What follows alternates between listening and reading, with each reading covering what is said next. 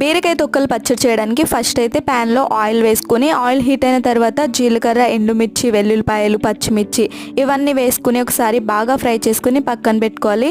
ఇప్పుడు అదే ప్యాన్లో కొంచెం ఆయిల్ వేసుకొని ఆయిల్ హీట్ అయిన తర్వాత ముందుగా మనం క్లీన్ చేసి పెట్టుకున్న బీరకాయ తొక్కలు కూడా వేసుకొని బాగా ఫ్రై చేసుకుని పక్కన పెట్టుకోవాలి.